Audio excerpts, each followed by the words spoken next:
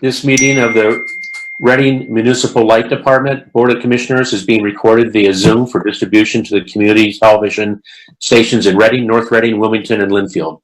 The RMLD Board of Commissioners recognizes the importance of hearing public comment at the discretion of the chair on items of the official agenda as well as items not on the official agenda. We ask that all questions or comments from the public be directed to the chair and that all parties, including members of the RMLD board, act in a professional and courteous manner when addressing the board or responding to comments. Once recognized by the chair, all persons addressing the board shall state their name and address prior to speaking. It is the role of the chair to maintain order in all public comment or ensuing discussion. Let's see, has Phil joined us yet? I'm here, John. This is Phil. I'm here. Oh, Phil, you are there. Okay, good. Great, thank you. I didn't see you. Dave is having trouble. So Phil will be the board secretary? Yes, absolutely. Okay, excellent. So I'd like to move into, let's see, in terms of public comment, I'd like to limit any comments to about 2 minutes, and I'll try to address, or we'll try to address Karen's questions. I haven't seen them yet. Yeah.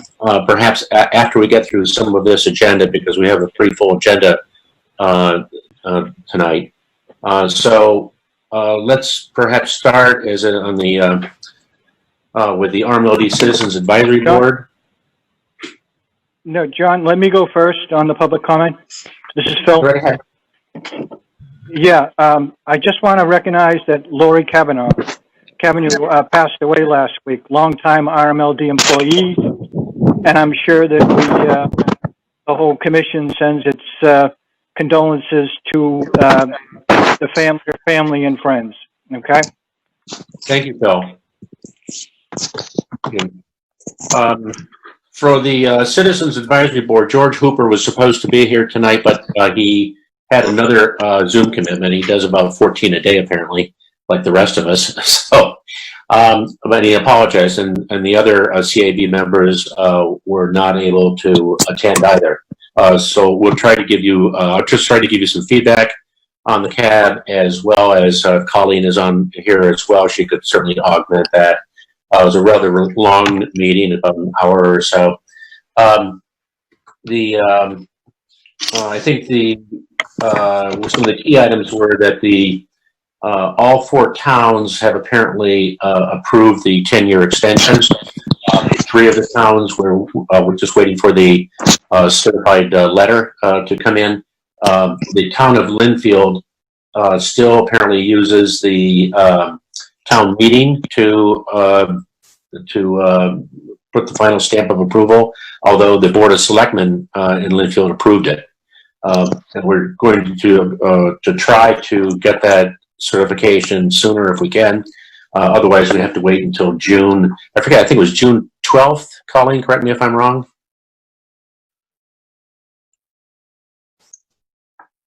Colleen, are you muted?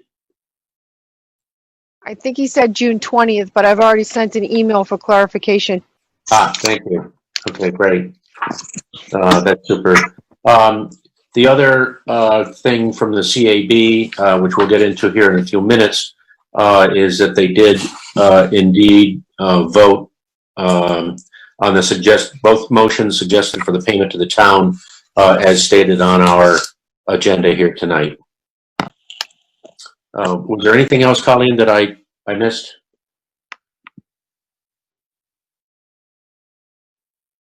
Oh, I guess there was one other item, and George Hooper did say that he had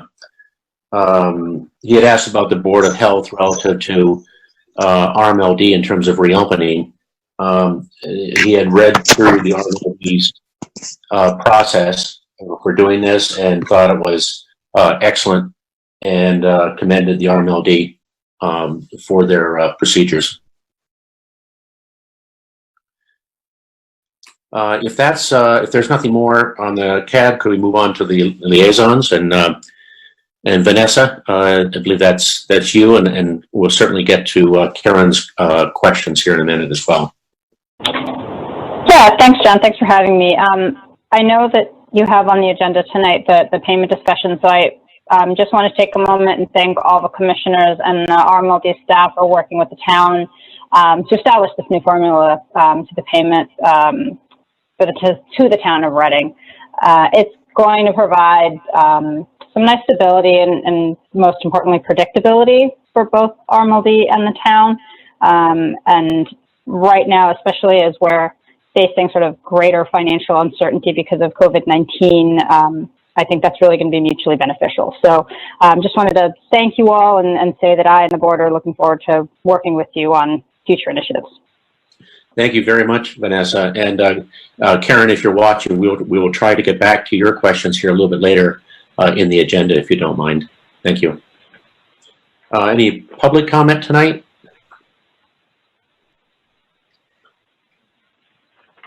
If not, perhaps we could move on to the two motions for the payment to the town of Reading. You ready for the first motion, Mr. Chair? I am. Thank you, Phil. Would you please do that? Okay.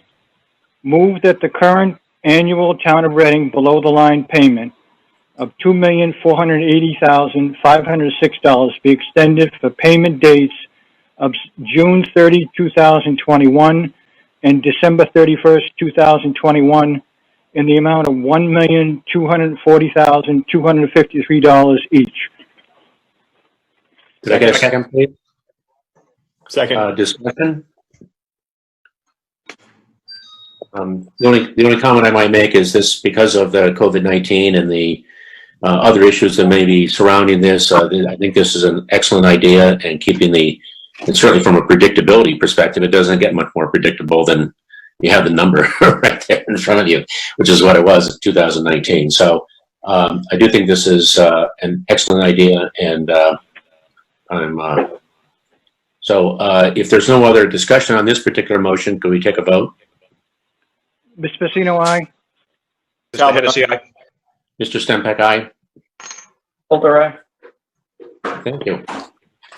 Moving on to the second portion of the motion, could Phil, would you please do the honors for that? Okay. Move that the annual town of Reading below the line payment calculation continue as two half payments on 6/30 and 12/31, and that of 3.875 kilowatts, mils per kilowatt, sale of the previous 3-year average of kilowatt sales from the audited financial statements, starting with the payment date 6/30/2020. Second. Discussion? Mr. Chair, can I now Yes, go ahead, Phil. Yep. propose a substitute motion?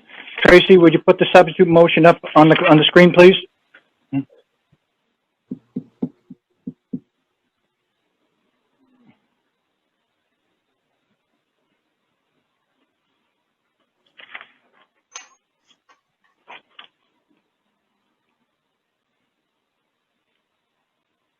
Okay. So let me read the substitute motion, then I'll explain it. And we can always have discussion on it. What I'm proposing to do is move that the annual town of Reading below the line payment be set based on a calculation formula of 3.875 mils per kilowatt hour multiplied by the average of the previous 3 years kilowatt sales from the 3 previous years annual audited financial statement. Such payments to continue to be paid as of half payments on June 30 and December 31st of each year. Such payments to commence on June 30, 2022. The annual result of the calculation formula will be annually presented to the RMLD's Board of Commissioners 60 days in advance of the June 30 payment.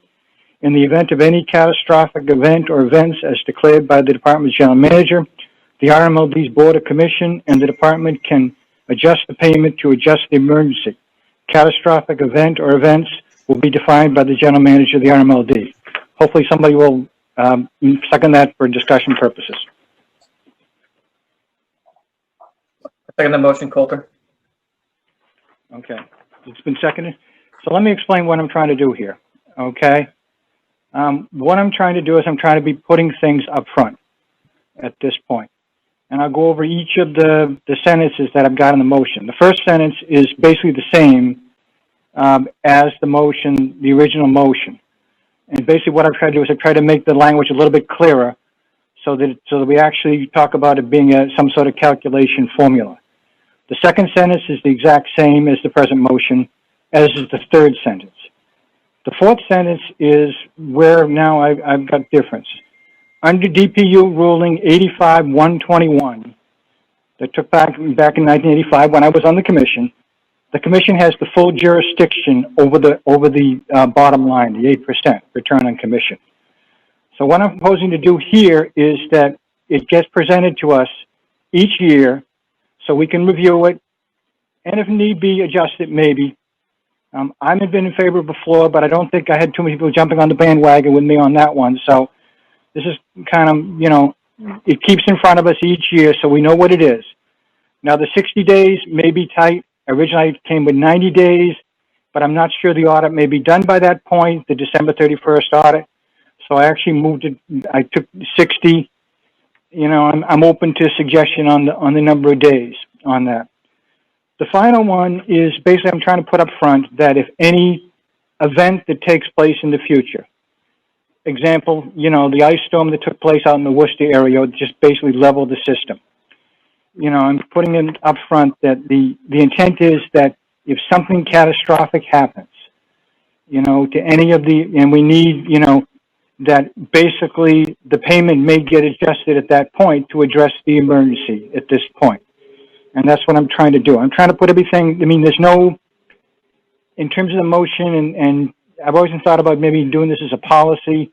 There's been no force majeure, any, where in this, and so that's what I'm kind of pregrained here is maybe some sort of force majeure, and put it up front that if something catastrophe happens, that you know the payment could be adjusted. So that's my reasoning as to what I'm proposing to do here. Thank you, Mr. Chair. I have a couple thoughts on it, if I may. Please go ahead. So I think, first of all, Phil, thank you for your thought. I know we've spent, you know, better part of 3 years in some way or another working on this and working hard to keep the magnitude of the payment as it's been, and also that we've done some recent changes to smooth it out, as John indicated earlier, the two motions, and then to have this be an average over 3 years to really minimize the potential for changes. So we put a lot of thought into it. The last part, taking the last part first, if I'm not mistaken, it's always been true that if there was a catastrophe that all bets might be off, and this has been stated many times. Am I mistaken about that? Is this something that isn't now true? First of all, that's my intent, Dave, is to actually put it into the motion so that there's no ambiguity going forward at this point. Right. So, okay. So, but I think it's always been true. And as such, we don't need to vote to establish the reality of that. And if we do, it means it sort of raises it like, oh, is this something that was in question before? So I don't think there's a need to vote this in. It also potentially creates a situation where people from other towns could say, hey, this is in the motion, and I think that what happened over the winter was an emergency. So I think the GM should declare an emergency and cut the payment. So I just think there's these risks of unintended consequences for the last part, and that there's no need to vote. It's always been true, so there's no need to vote on it. In a similar spirit, the first part of it, I think no matter what, the payment is going to be clear at least 60 days, if not more, because anybody can look at audited financial sales and do the math, or just make a phone call to the GM if there's any dispute. I mean, to formalize this as a new step 2 months out kind of guarantees this is going to become a potential political issue every year. And you know, we've been through 3 years of this. We've established a very smooth formula. So I'm just worried again about we're creating new processes that aren't necessary.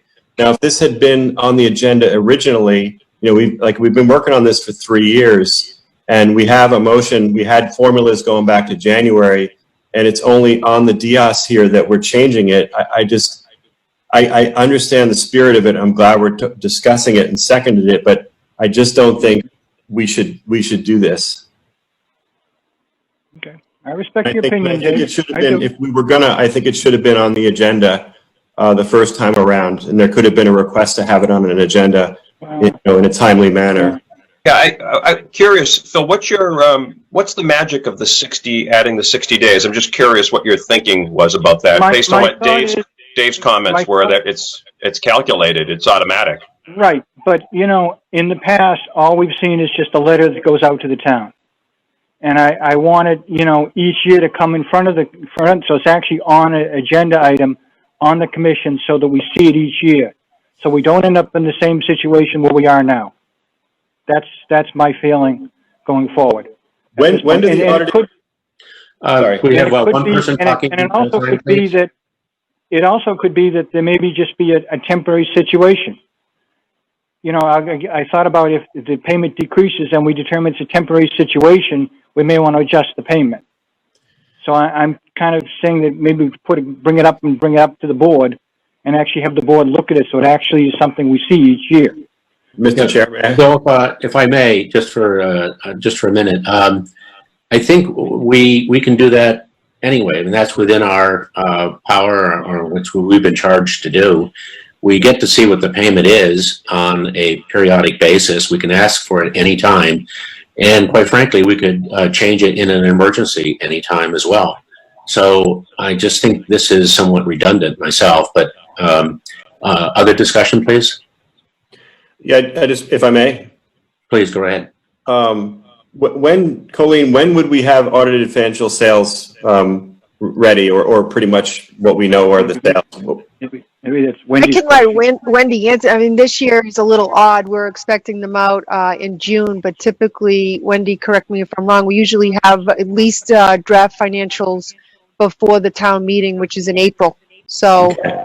So the numbers are going to be out there anyway in April. yeah, there might be some slight reconciliations, accruals and stuff that happen with ISO and stuff right at the end of the year, but other than that, they should be available. If I may continue then with my thought, kind of come back to that this isn't on the agenda, and I understand we can amend stuff and that's fine, but I think the unintended potential result is that it becomes a political issue every year and doesn't need to. And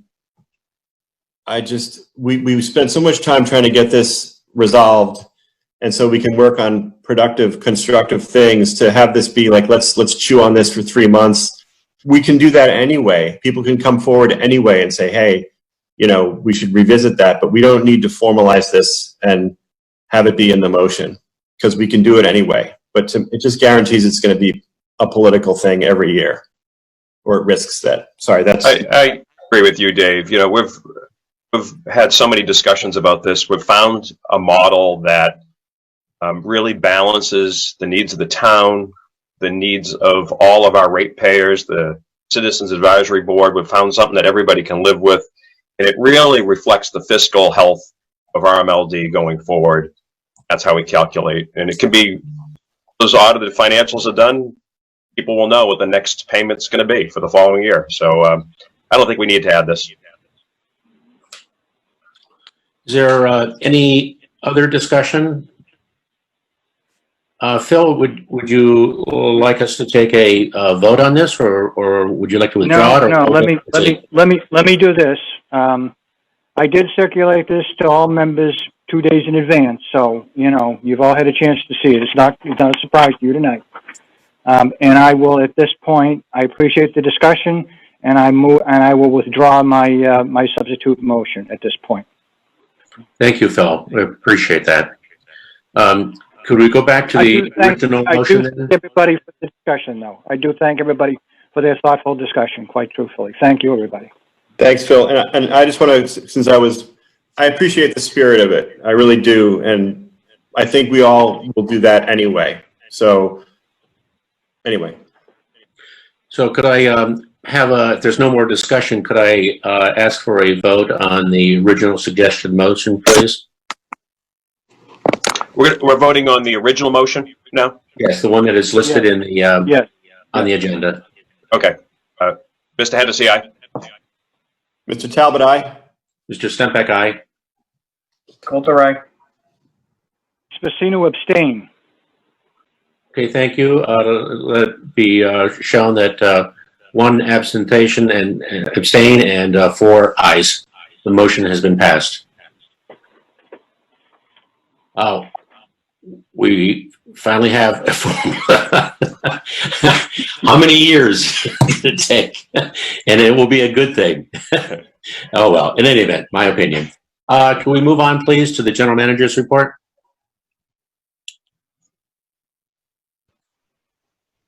Colleen? Okay, yep, can you hear me? Oh. I'm just gonna Yep. give a COVID update real quick. So the RMLD has a comprehensive wait a second, I'll wait till Trace puts it up.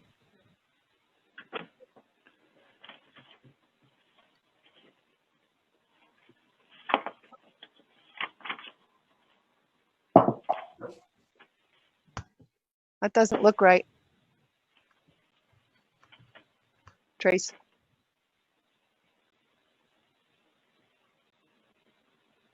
This is the one from SharePoint. Oh. I don't know what happened to it. That's not the right one. Okay. I'm going to stop share and let me check. That's an old one. Okay. Here, can I share? Yeah. Yeah, if you have it up. Sorry. I figured that was it. No, it's okay. Sorry, guys. Can you see that? Can anybody see that? Yes. Okay.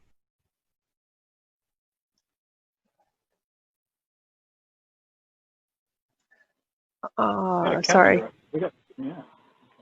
1 second. Okay. So the RMLD has a comprehensive infectious disease outbreak plan, EOP 20-03 HR, which we have been sharing with the town's incident command as it's been updated.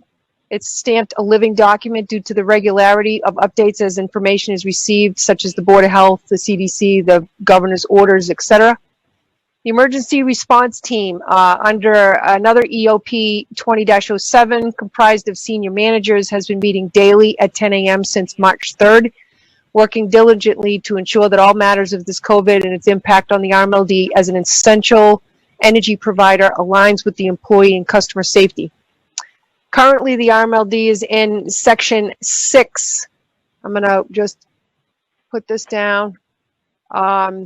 The way this is set up in section 2, because, you know, we want all of the employees to be able to see the information, is in section 2. All these red that you see, when they click on that, Kathleen and Tracy had done a great job with, you can click on those links. It will take you to other emergency operating procedures that we have, or like for like the governor's orders or Board of Health orders, they're all in sequential orders in those attachments.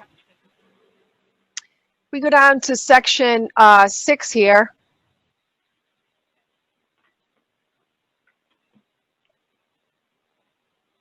Which is the remobilization towards normal operations, and we're approaching back to phase A.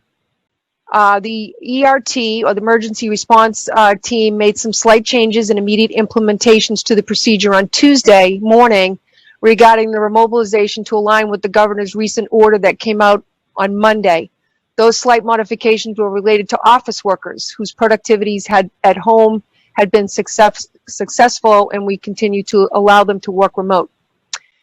We have received no word yet from the town of Reading's Board of Health on the opening of 230 Ash Street as a public building. Once the building is opened, we have put in place a lobby flow design with designated floor markings for up to 5 customers with masks.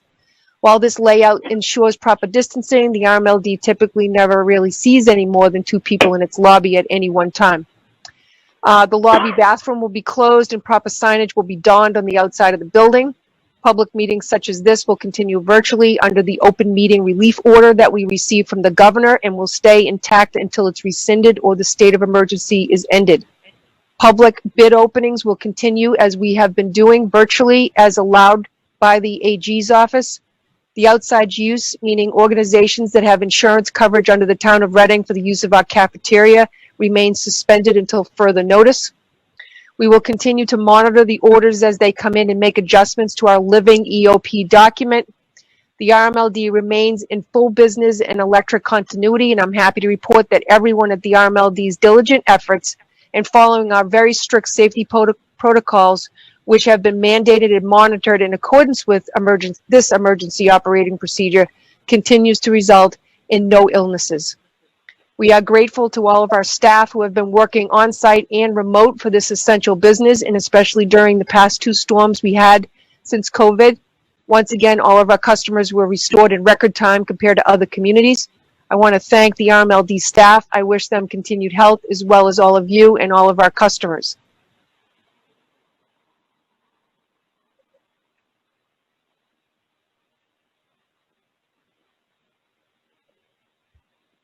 You're on mute, John.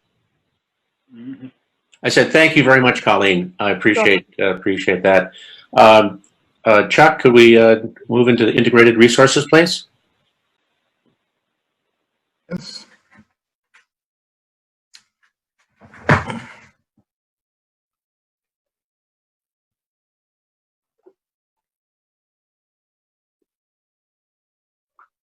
You in a library, Chuck?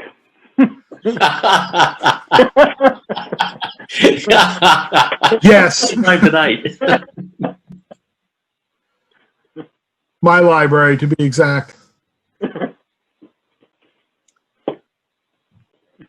So if we could get to the next slide, please. Thank you.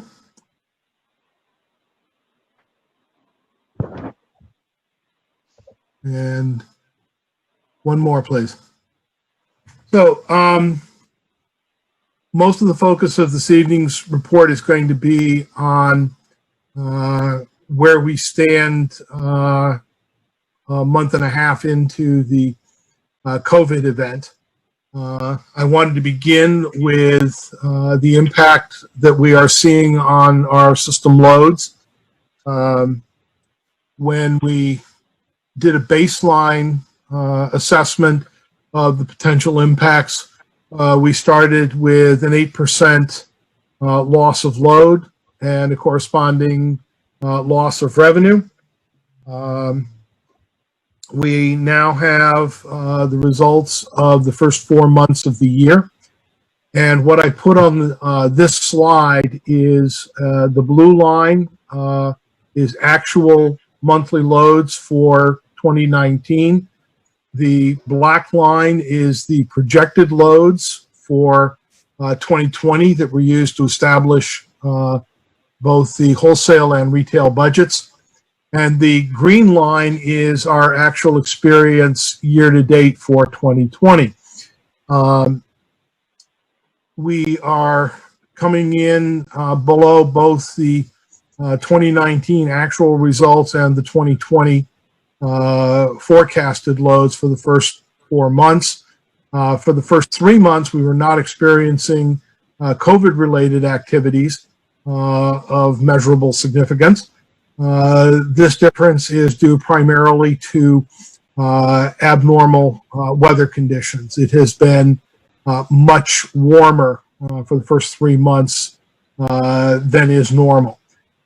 April's loads are below the forecasted amount, and this is likely due to COVID impacts. I have not been able to assess the magnitude of the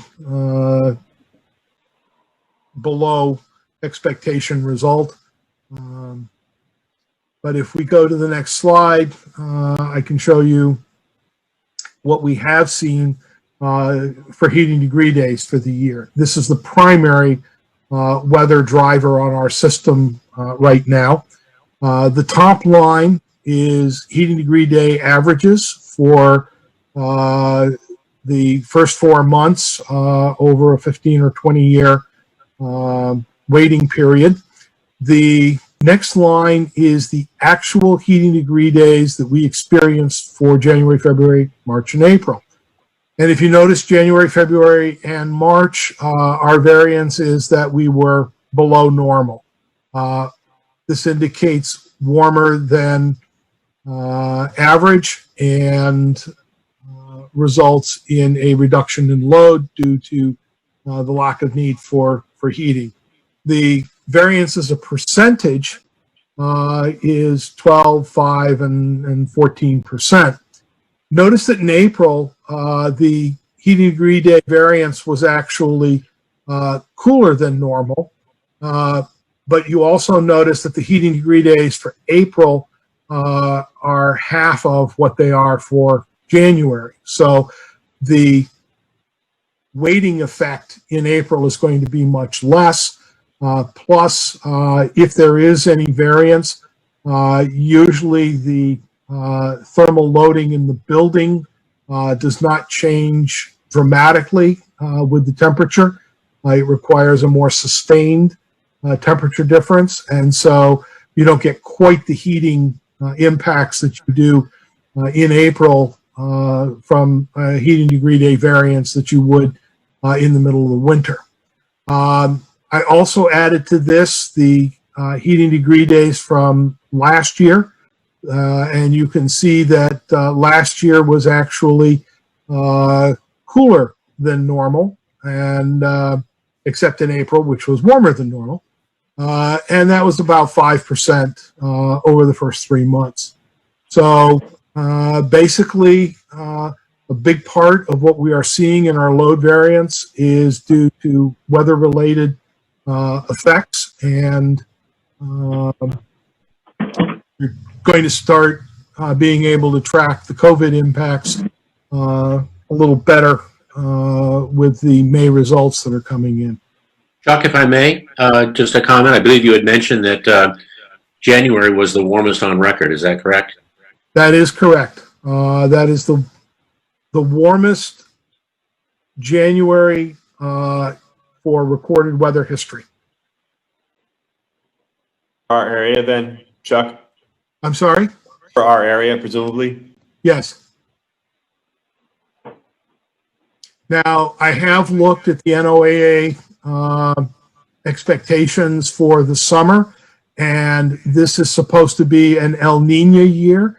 The jet stream is expected to stay well north of us, actually up in Canada for most of the summer, which means that we are expecting a slightly above average temperature summer. So warmer than usual. So turn those air conditioners on, but shave the peak, right? If we can do it. So next slide, please. Now we're starting to look at what our revenues are doing. The load's a pretty good indication, but the most important is dollars. How is what we're taking in shaping up? The black line is the revenues that we took in 2019. The blue line are the revenues that we are taking in 2020. They are below the 2019 results, but not the 8% that we were predicting as the potential for the COVID event. So we're going to keep monitoring it, but it looks like at least the economy in the North Shore is still relatively strong. I don't have employment statistics for this area, but our revenues are holding up reasonably well, better than expected. So if we go to the next slide, now the question is, okay, we're charging customers for the sales. Are the customers paying us? What are we seeing for money coming in? And to assess that, I looked at the aging of accounts. This is 6 years of data. And if you look at the last two, you'll notice that 2020, we're actually doing better in the first 30 days than we were in the same period a year ago. And if you look at our results going out 31 to 60 and 60 and over, you see that our results are comparable over the last couple of years in terms of receipt of money. So the short answer is right now, we're not seeing a difficult situation on the order of magnitude that we had originally established as a baseline. So we're in better shape than expected. We're tracking all of these standards to see how we continue to perform, but right now it's not looking dire. So next slide, please. This is an analysis of the kilowatt hours that we purchased by resource. And the one thing that I would note is that because our loads are down from what was projected, we actually have sales back into the pool. That's the yellow, which is now below the line. So next, please. Changing gears,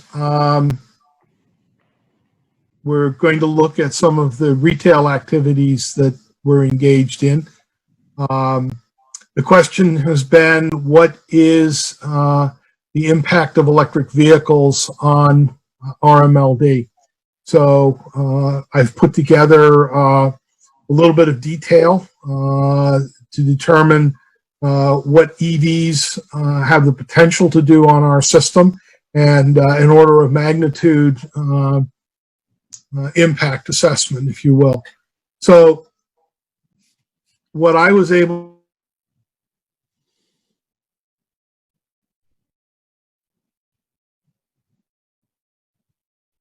You're frozen, Chuck.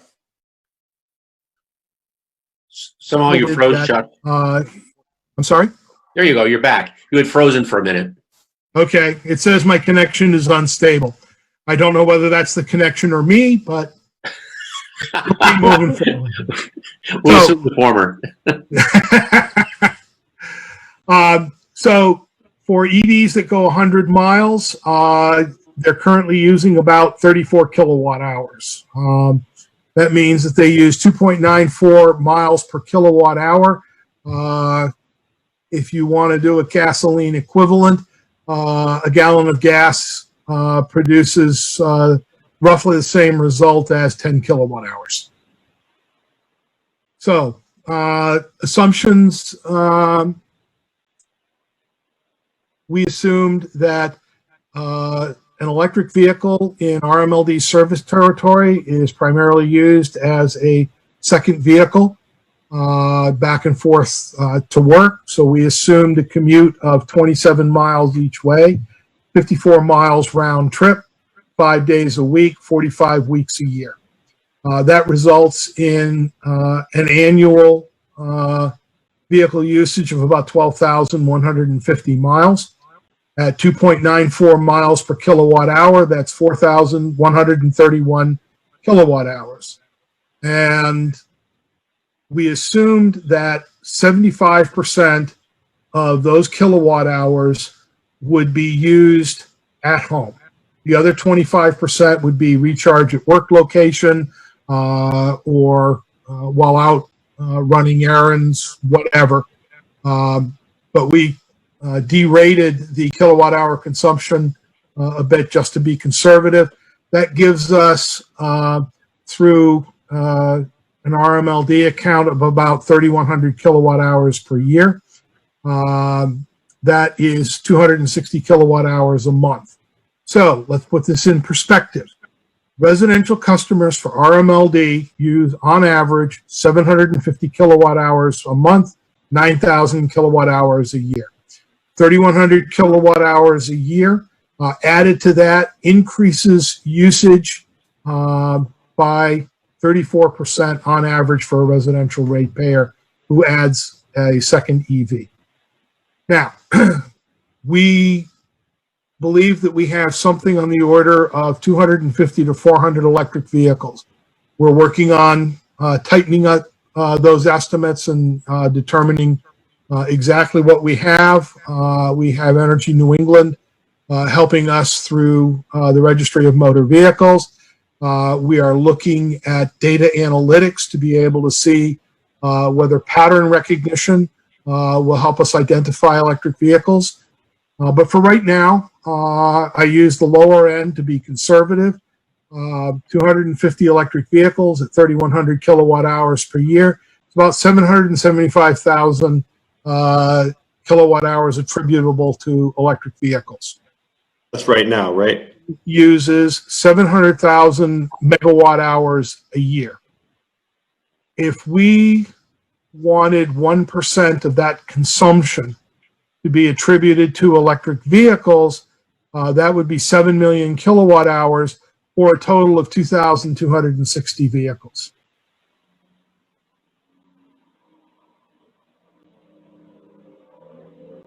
So that's interesting, because as I mentioned before, when one technology displaces another, and in this case, electric displacing internal combustion, which is already happening, right? Volkswagen has already gone full electric.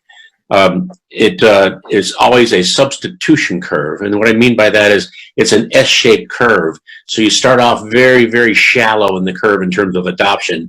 Then all of a sudden it rockets up to 70, 80%. And so the real question here becomes, when will that happen?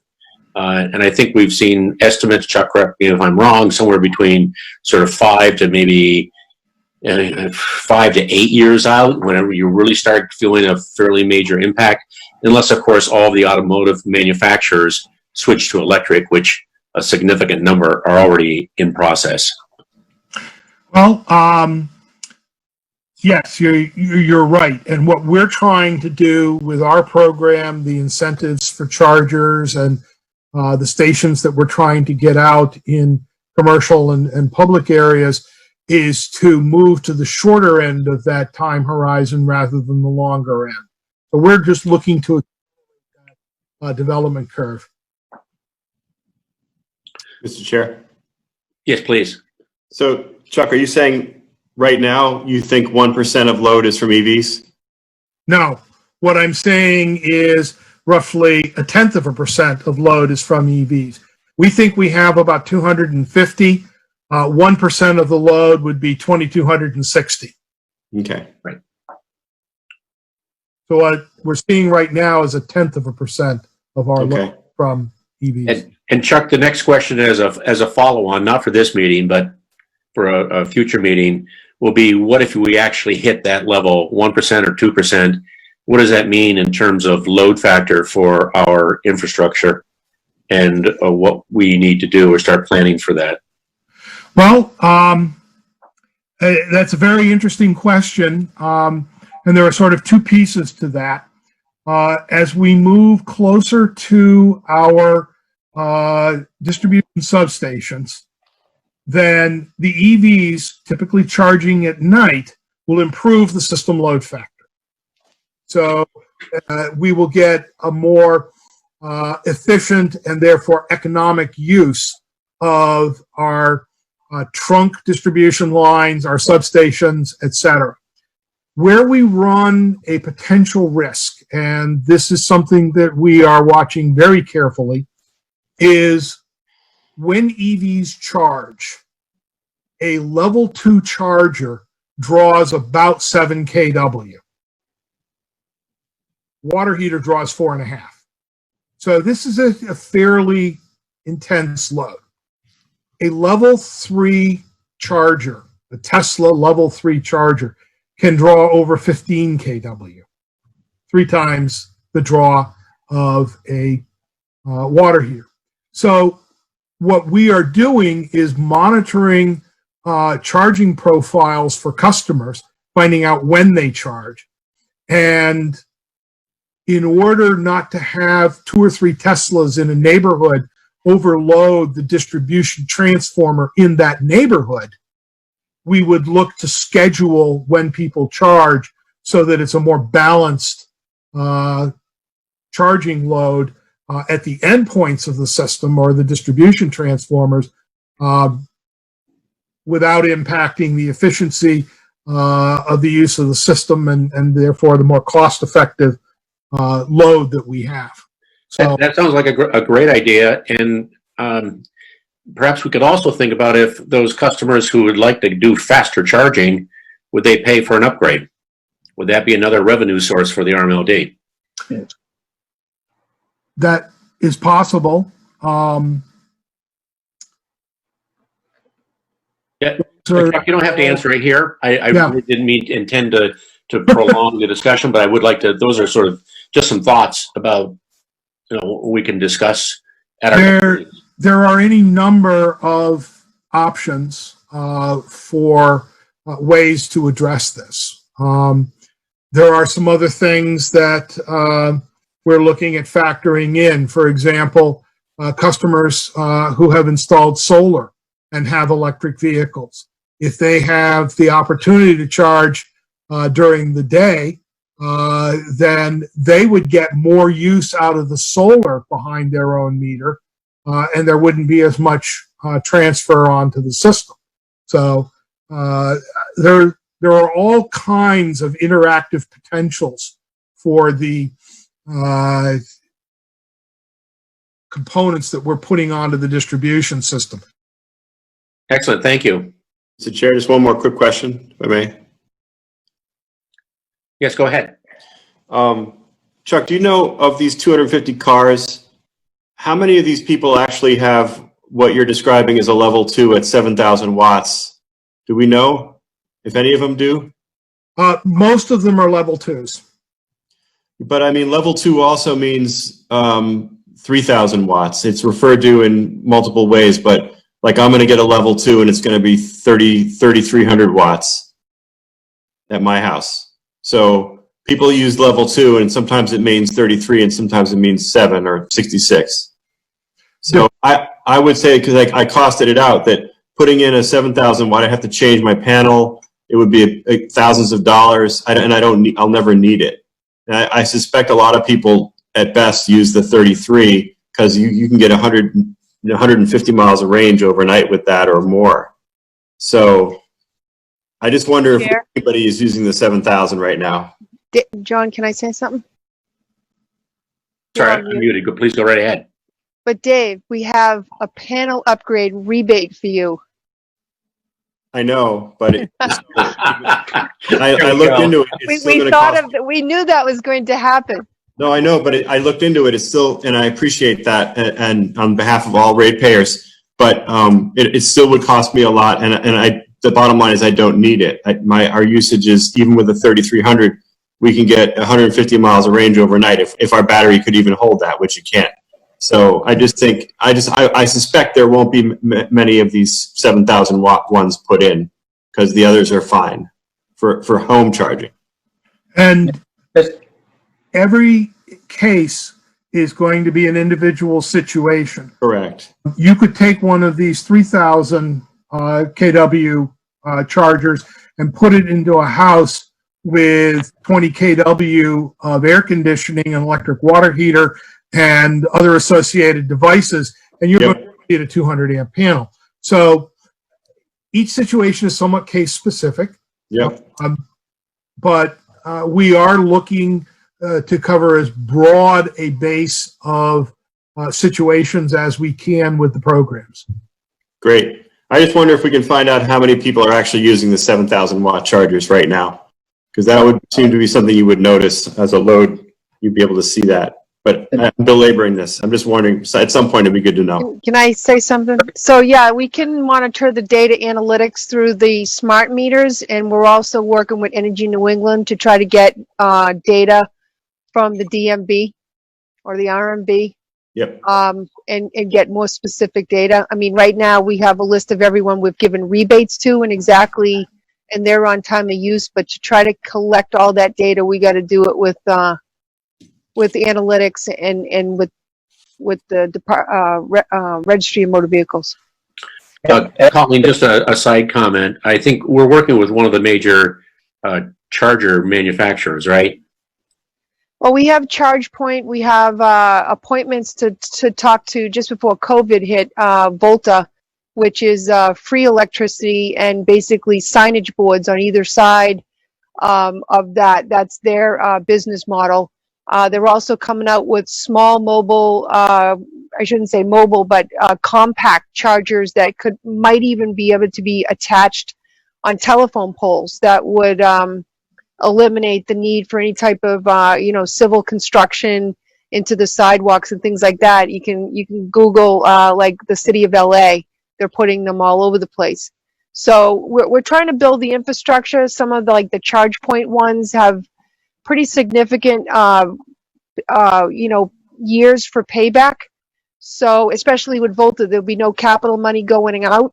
So there's different business models that we're taking a look at about how to try to push our rebates and push this infrastructure to be built. Yeah, thank you. I was also referring to David's question about how do you find out this information? And sometimes if you just ask the vendors you're working with, because they tend to do very good competitive analysis of what's out there, who's doing what to whom.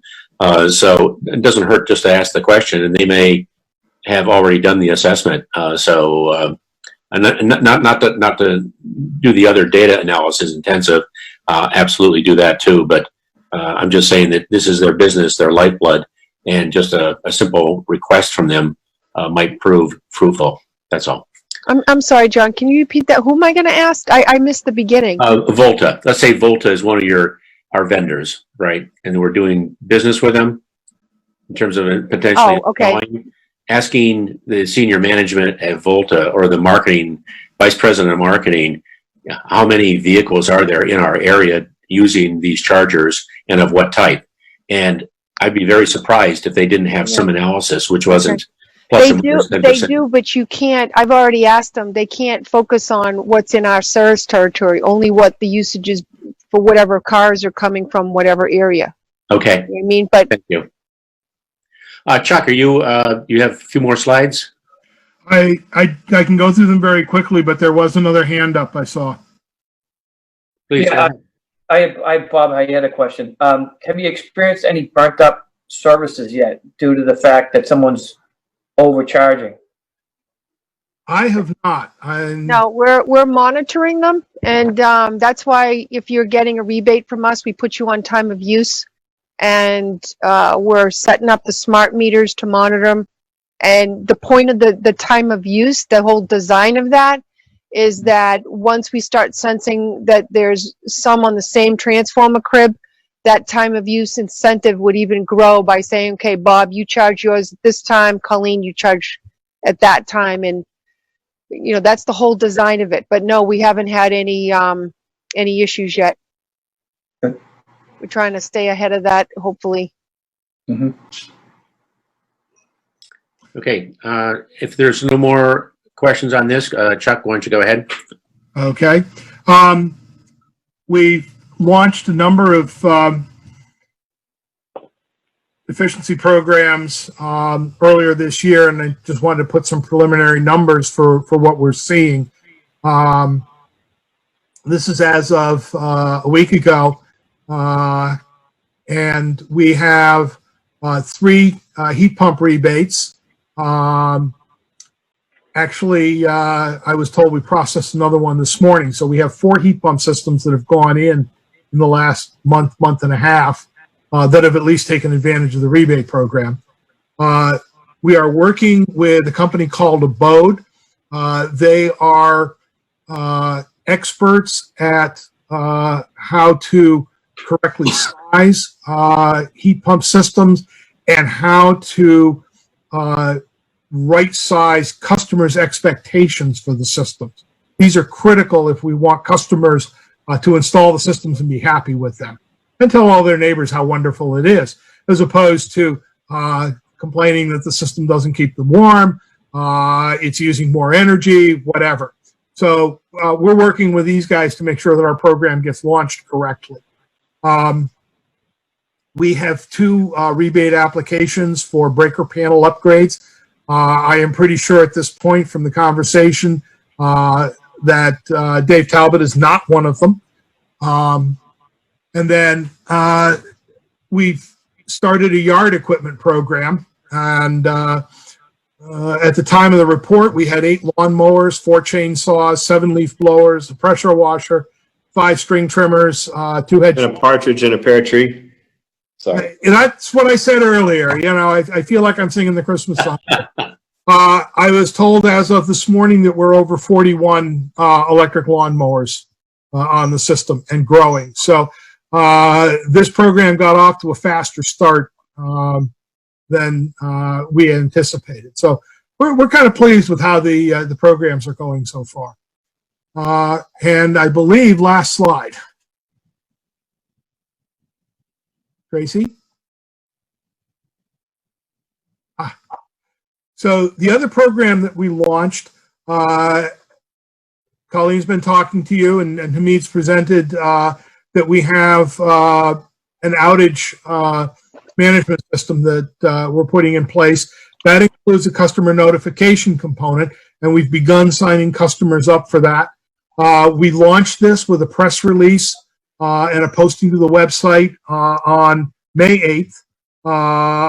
On May 11th, we emailed to over 19,000 customers.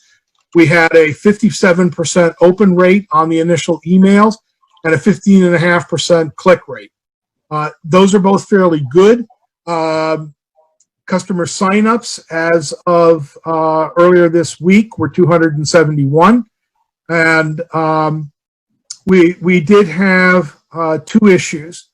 Some customers had difficulty identifying the discounted bill value to put in. So we put a Q&A together and posted that on the website. The other issue we had is that the outbound emails, when they hit a Gmail account, were being treated as spam. They would be putting in the spam folder and the click-on was disabled. So we've posted instructions for how customers can reverse that. And we're getting sign-ups from those customers now. And we're working with the bulk mailer to change the way those go out so that the Gmail junk mail is not triggered.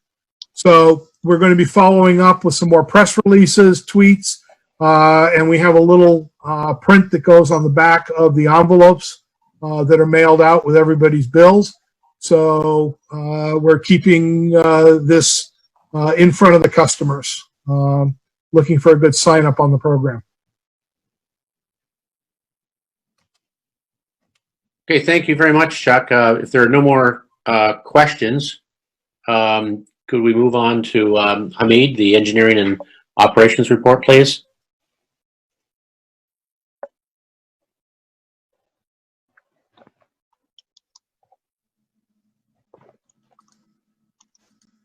Are you muted, Hamid?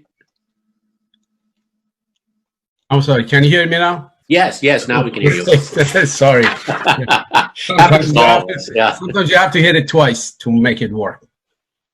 Okay, I'm going to start with the projects that they're either completed or underway.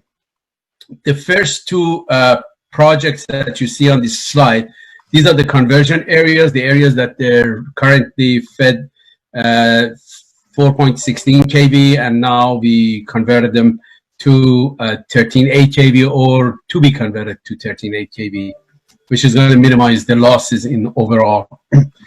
Basically, the first one is the conversion area is North Main Street, which involved the overhead construction of 2,600 circuit feet of the 3-phase spacer cable.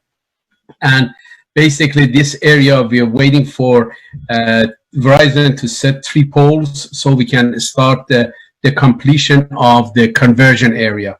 And they've been pretty cooperative with us in setting poles and even during the COVID-19, which we do appreciate it.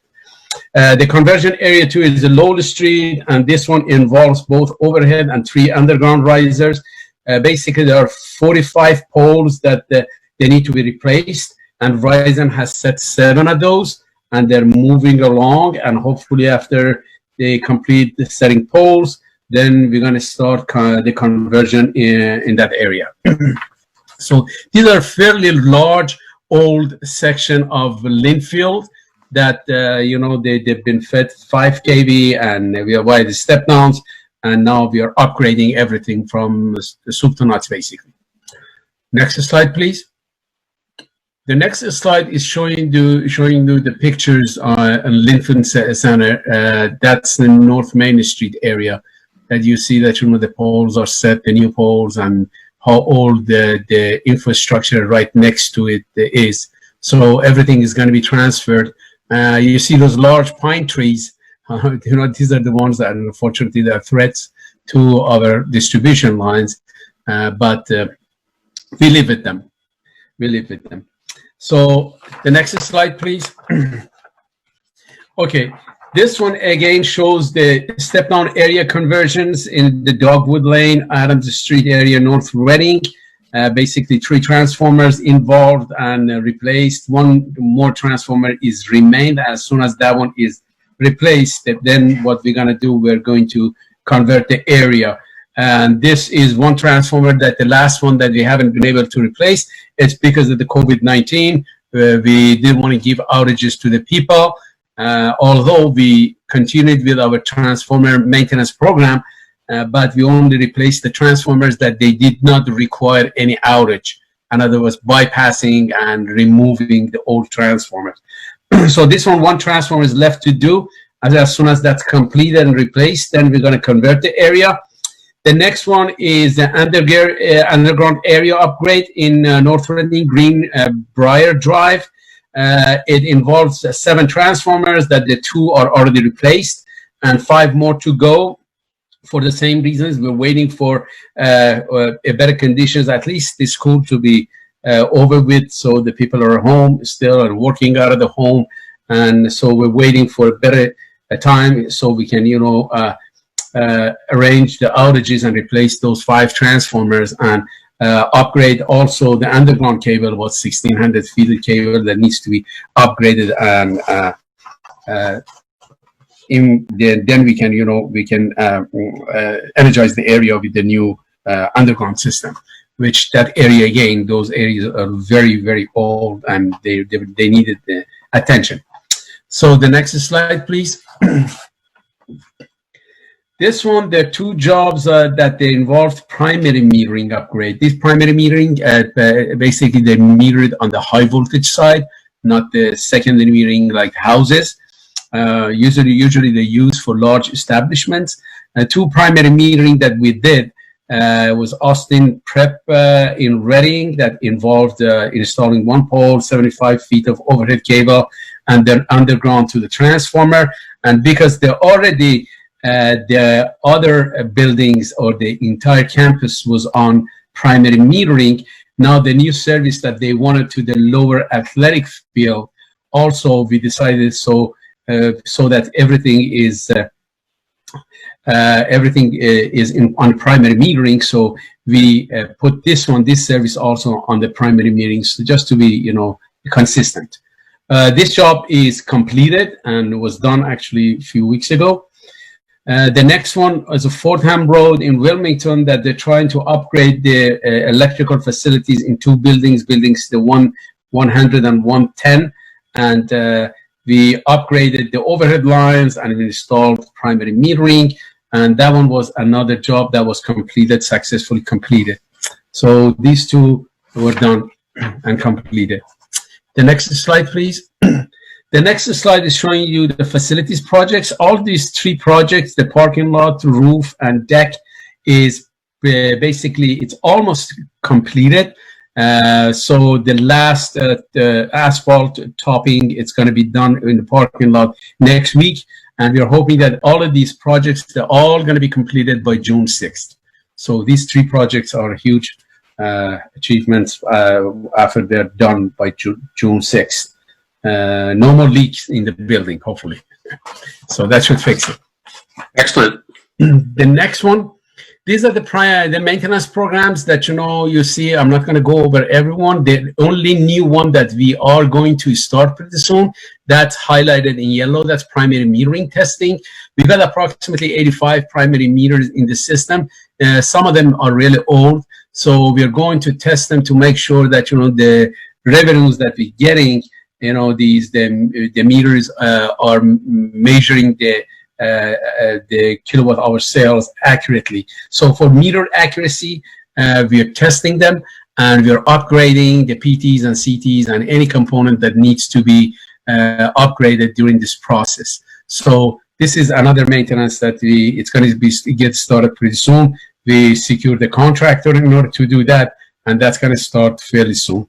By June, it's going to start. So, and I believe it's going to be completed by early July or maybe mid-July. The next one.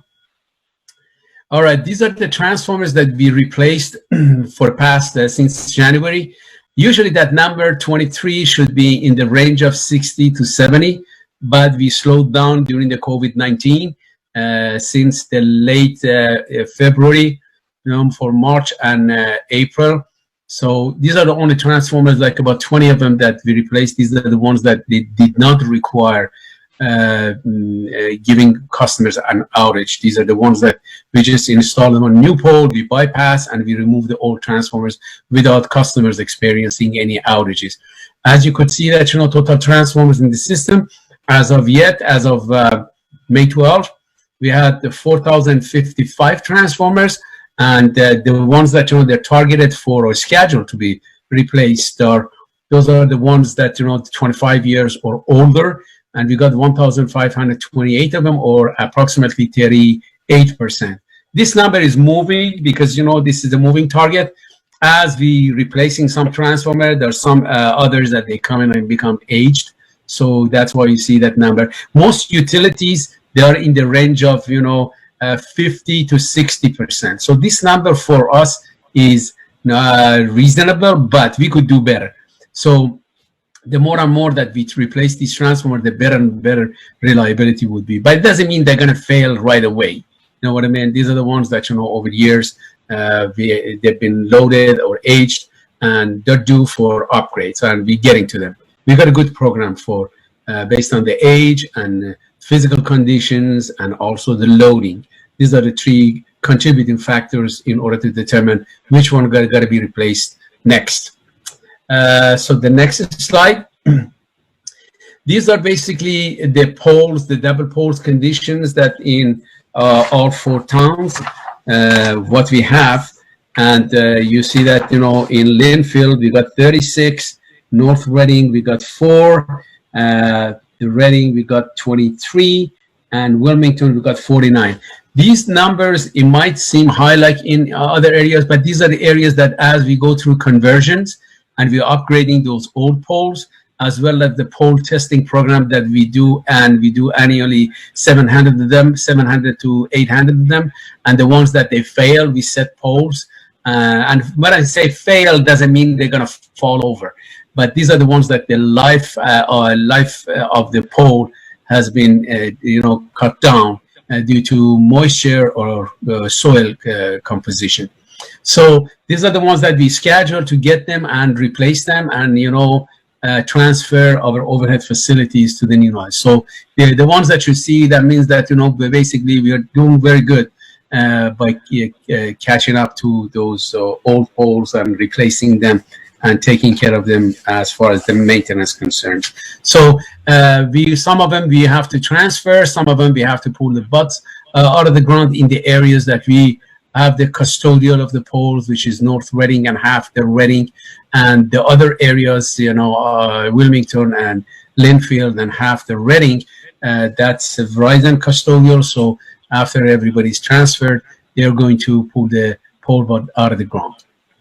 So that's the status of that. The next one, please. This one is new. I figured I'd give you a new demonstration of the reliability indices.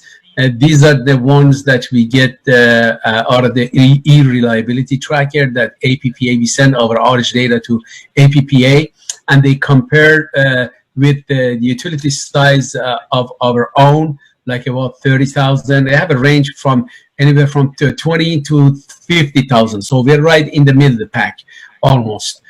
And then what they do, they see that, you know, how many utilities. I believe last year they almost 40 utilities they participated, and then they compare them and they see that, you know, what the average is for the regional and the average for the national. So the national average is the blue line and the regional average is the green line. And as you see that across the board since 2015, we've been doing really well. As a matter of fact, 3 years in a row, we got the reliability excellence certificate from APPA for 2017, How many? 2018, and 2019. So It's working. thank you. Yeah, it does, and we're hoping that, you know, the system is getting better and better every day. And but we're not done. So we're going to do the best we can, try to keep it the way it is. The next one, please. So these are the causes of the outages. You see that, you know, the number of weather events are gone up, so as the trees, and also the animals, and, you know, the contacts that they have. The equipment, however, you see that, you know, it's coming down and it's getting better. That shows that, you know, the reliability is working, the plans are working. But the trees, unfortunately, we are at the mercy of, you know, God and the weather. So during the inclement weather conditions, and you saw on the picture that, you know, these large pine trees, when there's a storm, they got shallow roots, and when they break and they're coming down, they make serious damages. And this is, you know, the big problem for all the utilities across the nation. So, but we manage it. So, but so far, considering the number of storms that we've done, we haven't done really, we haven't done really that bad. The next slide, please. So these are the 3 certificates that for 2017, 2018, and 2019, we got from APPA, that they gave us a good report that based on the reliability and the outage history that we've had. So we're hoping that, you know, we get that next year and the year after, and hopefully, you know, every year. I guess that concludes my report. If you have any questions, by all means, I would be more than happy to answer them. If there are no questions, could we move on to the, oh, and by the way, congratulations on the awards. Those are thank you so much. Well deserved. And I thank the board for giving us the opportunity, so we can, you know, with all these bids that you approve and we get, that's going to be provide us opportunity to fix a lot of assets that they needed to be fixed, and they still need to be fixed. Thank you. If you could move into the procurement request, Phil, would you read the motions, please? Very good. All right. Move to recommend the general manager through materials manager purchase 7 dual port wall mount electric charging stations from LilyPad EV LLC, Sourcewell Cooperative Contract number 051017-LPE for $69,169. And I'm assuming that's no cents or 0.1 cents. No, these are no cents. These are 0. The next page, if you see, that's 00. No cents. All right. Pursuant to Mass General Laws, Chapter 38, and the RMLD's policy number 19. Yeah, this is a Chapter 30B, which means it's got to be awarded to the lowest. Is there a second? I'm sorry. Do we have a second, please? Second. Thank you. Discussion? Okay. All right. This is basically the Chapter 30B, which and the 7 chargers, they go in there for analog. This is actually for the analog chargers that, you know, we told them that we're going to be installing for them. We sent the bid to 4 vendors, as you see: ChargePoint, LilyPad, Zico Systems, and Webasto charging systems. And the lowest responsible and responsive bidder was Lily Pad for $69,167. Are there any questions surrounding this? If not, could we vote, please? Mr. Pacino, aye. Mr. Stempak, aye. How about I?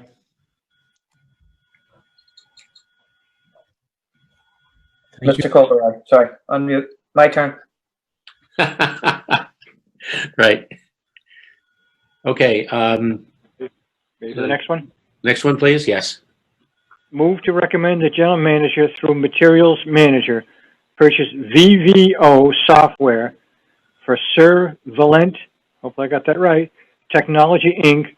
for $153, $893 pursuant to Mass General Laws, Chapter 38B and RMLD Policy Number 9.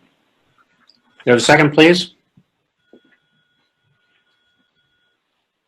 Second motion. Thank you. Discussion?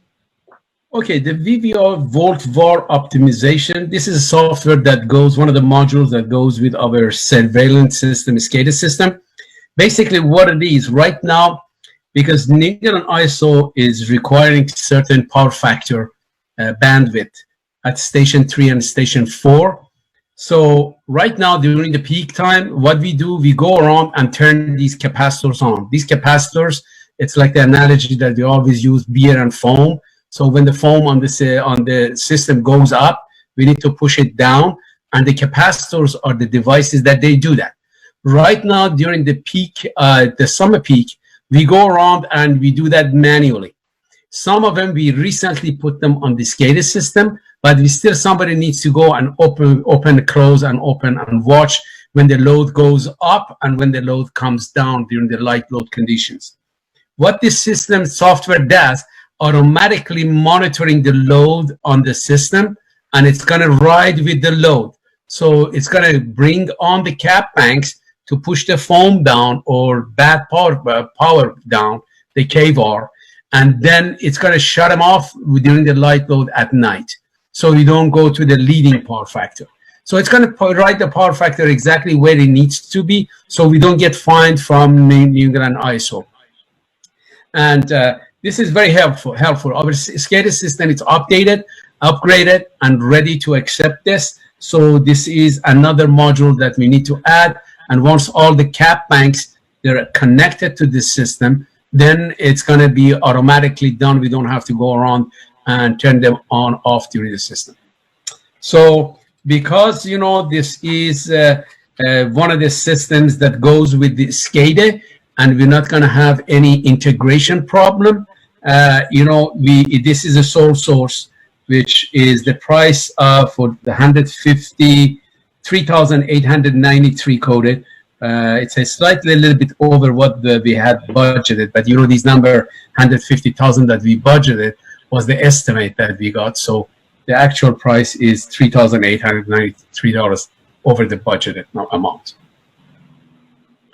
Thank you. Is there more discussion on this? Would anybody have any questions? Who programs those for you? Oh, they come in program. The surveillance that does that. They do it, and will they do update? I'm sorry? Will they do updates as things change? Oh, yes. Anytime, and that's a good thing about it, because you know, our outage management system, it's a very good question. Our outage management system, our SCADA, and also this system, they're all using the same database. In other words, it's already the integration of these subsystems, it's not going to be an issue. So when there is an update, they automatically, when they push, it's going to update all three systems. Okay, so they manage all the updates for. Yes, they manage all the updates. Okay. Absolutely, yes, sir. Okay. Thank you. You're welcome. If there are no more questions, can we have a roll call vote, please? Mr. Pacino, aye. Mr. Stempak, aye. How about I? Mr. Colter, aye. Excellent. Thank you. Thank you. Okay, I believe that handles the procurement request. Now, general discussion The next RMLD board meetings, I believe we've got listed here Thursday, June 18th and Thursday, July 16th. Do those fit into everyone's schedule? That's fine. Okay, great. And for the next CAB meeting, June, Bob, you're assigned to that, if that is okay. That's okay. Great. And July, it's myself. And let's see, there were no account payable or payroll questions, I don't believe. Were there, Tracy? No. Okay, good. So I'd like to suggest that we have a motion to move into executive session. John, could I interrupt for 1 second before you guys leave? Oh, yes, please, go right ahead, Karen. Sorry. Oh, Karen, I'm sorry. You sent a whole list of questions. And these are like quick ones. What's that? Okay. Go ahead. Yeah, these are quick questions. I don't want to keep you guys late. Okay. Even, you know what, skip the middle ones since you guys didn't even put those slides up. But I was just wondering the status of the community solar project, you know, now that COVID has happened and screwed everything up. And then I guess I think I got my question answered about who are the chargers being purchased for and where they're being installed. So they're for analog devices and they'll be for the use for their employees only, or will they be public access? Those are on their property, and we will be. They're owned by us. It's yeah. It's how we install certain on certain properties for how we charge. So it's their employees, but it's our business is the point. Yeah, well, maybe we could talk about something like that, whether we could do something like that for your service territories, like for Reading or for the town at some point. Yeah, we have, we're working on rebates, more rebates for commercial. As you know, we rolled out the residential, and unfortunately, because a lot of the electric vehicle capacity size for construction didn't come in, it made it a little bit more difficult to send out a fleet program for municipals. But yeah, I mean, we have municipal programs, commercial programs on chargers, right? on installed EVs, right? Like who pays for what, who pays for the civil, that whole thing. But okay, if you want to get into that detail another time, we can chat. Okay, and what's going on with your community solar program? I'm sorry, Chuck. I sent Chuck your email with the questions on it. So Chuck, you want to answer Karen's? The answer, Karen, is that we are moving forward with the community solar. We had sent a letter around to the towns earlier this year, asking them if they had any questions or comments about our request that we were sending out, and we haven't heard anything. I am sending a follow-up closure email tomorrow, and then we're going to go ahead with publishing the RFI to move the community solar program forward. I would not anticipate any COVID-19 impacts on this unless access to public facilities is closed for some period of time, and then that would be a delay rather than a cancellation. Okay, so I saw the proposal and I saw the roofs. Colleen was kind enough to send me another copy, and I forwarded that on. But you're saying you didn't hear from the town of Reading, one way or another? We didn't hear from any of the 4 communities. Yeah, interesting. Okay. All right. Well, it's good to know that you're able to continue that program. Thank you very much. Well, in fairness to the 4 communities, they have had some other issues on their plates of late. Really? Yeah, surprise. Can't imagine what that is. Yeah. Okay. Well, again, I'll relay that program is continuing because I do think they'd want to take a look at it as soon as they get their heads above water. Okay, cool. Phil, could we have a motion to move into executive session, please? Ready? Okay. Let me find it. Move that the board go into executive session to consider the purchase of real property and return to regular session for the sole purpose of adjournment. Mr. Stempak, aye? How about I? Ms. Pacino, we heard a second, I assume. Oh, second? Second, please? Second. Thank you, Bob. Okay, and Tracy, how do we do this? We leave this meeting, we go into a new one? Yep. Had you sent us another email? Yeah, from the executive I sent a separate Zoom invite. You did, okay. Yeah. Excellent, thank you, everyone. We appreciate all Thank your you. participation tonight. Thank you. Thank you, Wendy. Good night. Thanks all. Bye. Good night. Good night, Vanessa.